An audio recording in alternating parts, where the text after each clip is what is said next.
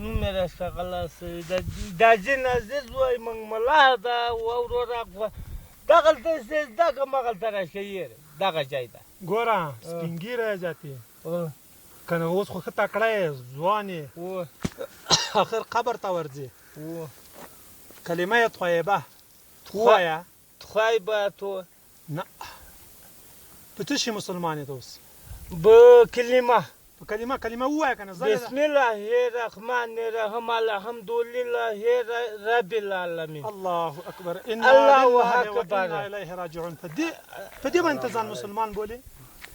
غوړ مونځ باندې وایي جوړ دی ښه ده خیرات ده کراوي ده ته ووایه کلمه تر اوسه دې کلمه نه ده سبحان الله کلمه مې زده ده خو راشه غلطه ده وسړی غلطه ده خو وي تر اوسه دې په دا ځوان په څه شي کړی ده مونځ کوې ولې نه کوم څو وخته مونځ فرض ده 5 ښه سهار مونځ دې وکوه په څو رکعته مونځ ده سهار 4 څه رقم سر کې سنت الاخر کې فرض ښه دا فرض کې اول کې سبحان هغه ته ووایه سورة فاتحه ووایه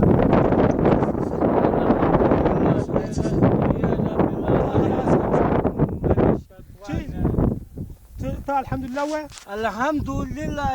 رب العالمین اعوذ بالله من الشیطان الرجیم ښه دغه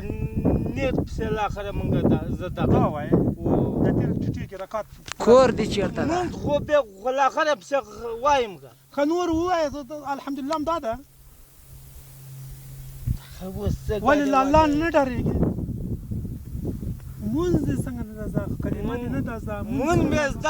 مې زده ده که ومایه خو له ګډ واډ هلکه دا خو به لیونی نه وي که نه په څه ده که لیونی دلته راسئ تاسې هم راسئ دلته راسئ دلته ودرېږئ راسه درې واړه ته ووایه څه شی وایم ودرېږئ بسم الله الرحمن الرحیم ما زبه نه پیاوړي وروره دلته ودرېږئ تاسې وایه ودرېږئ دلته دلته لا اله الا الله لا اله لا اله الا الله الا الله محمد رسول الله محمد رسول الله دا کلمه ده ښه وروره دلته نور هم ډېره مې زده ده خو راشکه غلطه چې یېره ګوډه ماته چې راشکه ښه زه په خپله ځان کې ښه نه یم رمې ته ښه یې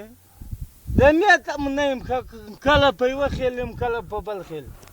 نه ښه تکړه یې ښه تیار یې لمونځ نه زده ګوره مونځ بیا له پلار او له موره زده کړی ده له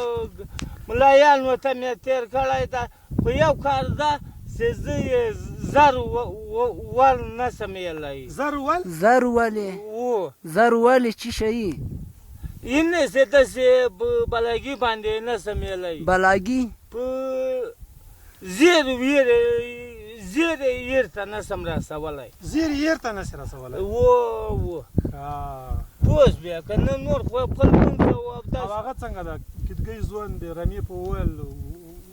وزه او میږه او دا مېرمنې که یې خو پسې روانې که ښه یي که بد یي په داسې هم ښه پوهېږي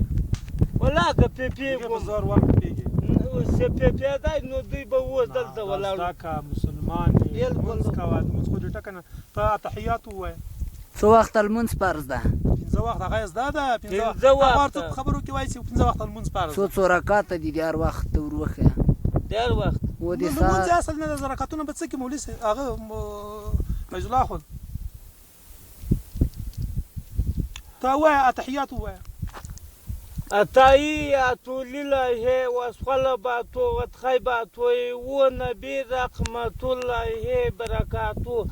الحمد لله رب العالمين من الشيطان الرجيم